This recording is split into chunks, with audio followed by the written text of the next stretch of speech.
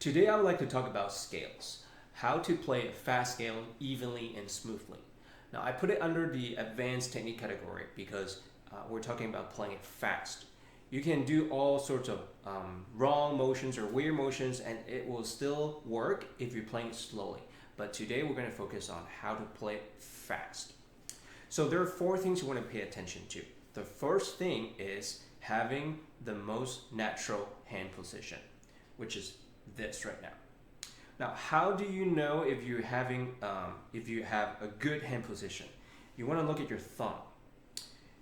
If your thumb is too low like this, you break your wrist, which is not good.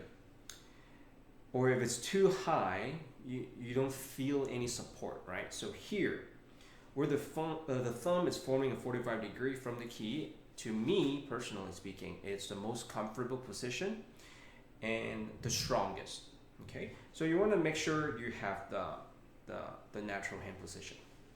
Second point, you want to make sure your arms are gliding on the keyboard. Okay, I call it the windshield wiper glide. If you watch from the overhead angle, you notice my arm does not glide in a straight line, but instead it is a curved line. This is the most natural position.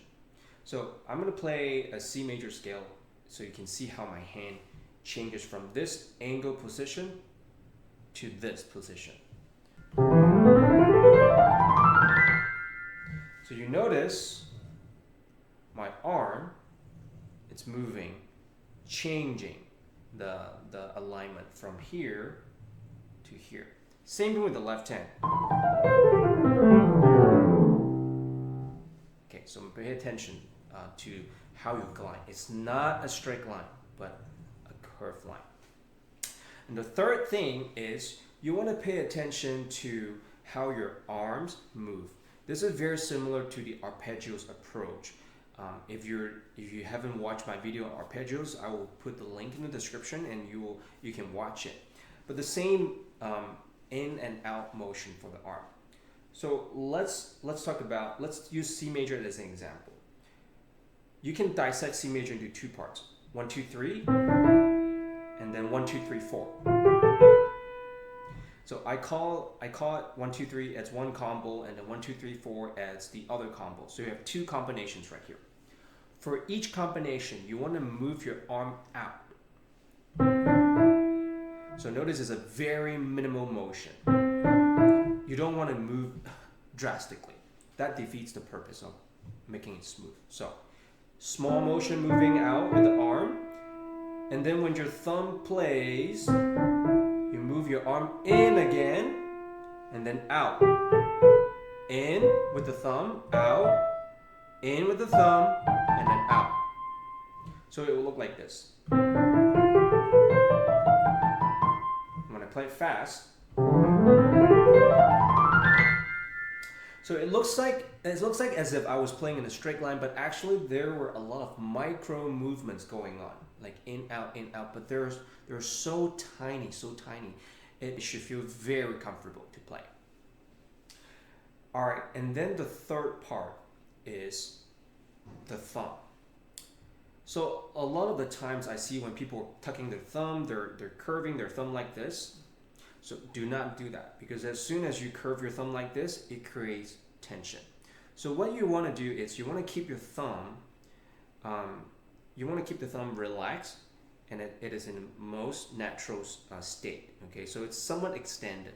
Okay, so here when I'm playing the transition, usually when I'm playing the third note, my thumb is already on the next note. And for the combination, so that is the combination of 1, 2, 3, right? 1, 2, 3, 1, 2, 3. My thumb is already on the G. And then 1, 2, 3, 4. And then I will prepare my thumb on C. So that way, it allows you to create a very smooth transition. So remember, don't curve your thumb intentionally, because that will create tension. And always prepare your thumb in advance, okay? How I would practice this is that I play 1, 2, 3, the thumb is already on G. 1, 2, 3, 4, the thumb is already on C. So that's how you want to practice it.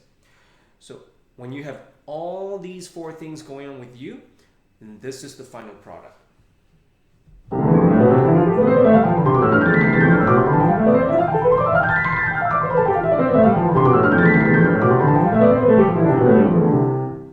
So you should be able to play very smoothly, fast.